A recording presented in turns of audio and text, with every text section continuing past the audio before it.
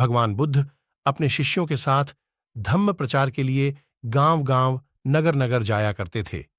प्रचार के दौरान उनका अच्छे और बुरे दोनों तरह के लोगों से वास्ता पड़ता था। बुद्ध उनसे अलग-अलग तरीके से पेश आते थे।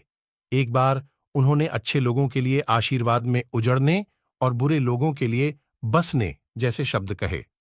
यह सुनकर उनके साथ चल रहे शिष्य हतप्रभ रह गए।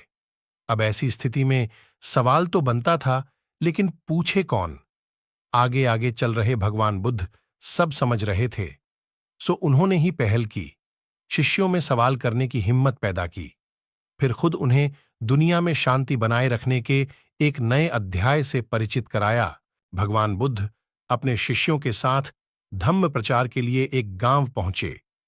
गांव में पुराने ठूंठ पेड़ के नीचे ठहरे।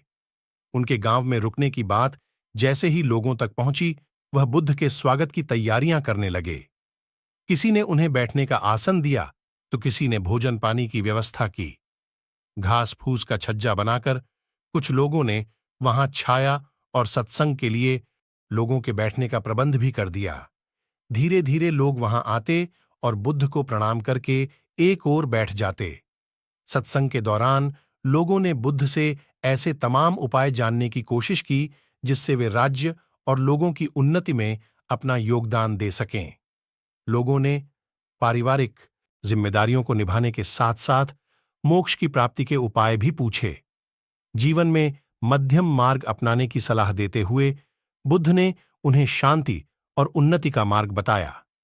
शिष्य यह जानकर हैरान थे कि उस गांव में किसी ने भी क्लेश या राजकीय उपेक्षा से संबंधित कोई शिकायत नहीं की।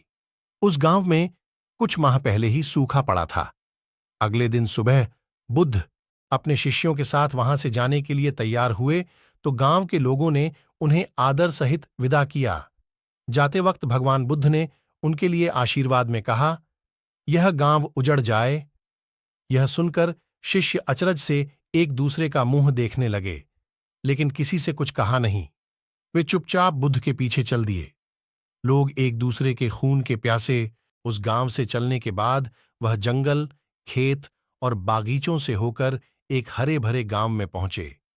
पसीने से लथपथ, थकान से हलकान शिष्यों ने गांव में एक आम के वृक्ष के नीचे ठहरने का आग्रह किया। बुद्ध वहीं रुक गए। पेड़ के नीचे बैठकर अभी सांस भी नहीं ले पाए तो एक पत्थर एक शिष्य के सिर पर लगा और चोट लगने से खून बहने लगा। पत्थर गांव के एक युवक ने पेड़ पर आम के लिए मारे थे। सामने ही आम गिरा तो लूटने के लिए कुछ लोग दौड़े और धक्का मुक्की करने लगे। धीरे धीरे झगड़ा होने लगा। एक आम को लेकर झगड़ा इतना बढ़ गया कि पेड़ के नीचे पूरा गांव दो गुट में बंटकर आमने सामने था।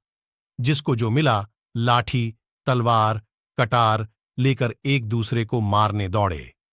तभी भगवान बुद्ध बीच में आ गए। यह बुद्ध का प्रताप ही था कि उन्हें देखते ही सब शांत पड़ गए।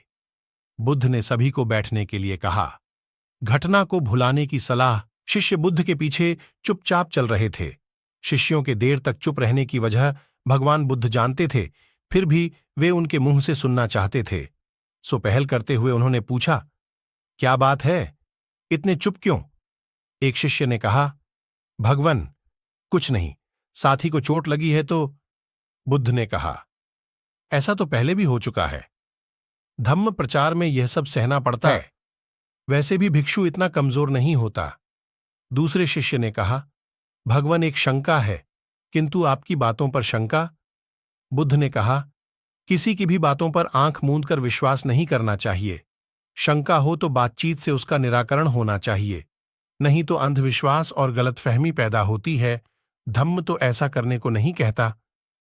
अब चोट खाए शिष्य ने पूछा, भगवन, आपने पहले गांव के अच्छे लोगों को उजड़ने और दूसरे गांव के बुरे लोगों को सदा बसे रहने का आशीर्वाद दिया। यही हम लोगों की शंका है। तभी दूसरा शिष्य भी बोल पड़ा, जी भगवन, उजड़ना है तो बुरे लोग उजड़ें। शांति के लिए जरूरी है कि अच्छे लोग हमेशा बने रहें। बुद्ध ने कहा, बिल्कुल ठीक। दुनिया में तभी शांति हो सकती है जब अच्छे लोग हर जगह हों। तभी मैंने पहले गांव को उजड़ने का आशीर्वाद दिया ताकि वे उस गांव से बाहर निकलकर कर दूसरे जगह जाएं और अच्छाई फैलाएं। तभी उम्र में सबसे छोटा शिष्य बोल पड़ा, भगवन, मैं समझ गया, आपने दूसरे गांव के बुरे लोगों को सदा वहीं बसे रहने का आशीर्वाद दिया ताकि उस गांव की बुराई वहीं बनी रहे, बुरे लोग दूसरी जगह ना पहुंचे। वे जब वहां से बाहर नहीं जाएंगे तो उनके झगड़े, क्लेश, चोरी इत्यादि बुरी चीजें भी नहीं फैलेगी।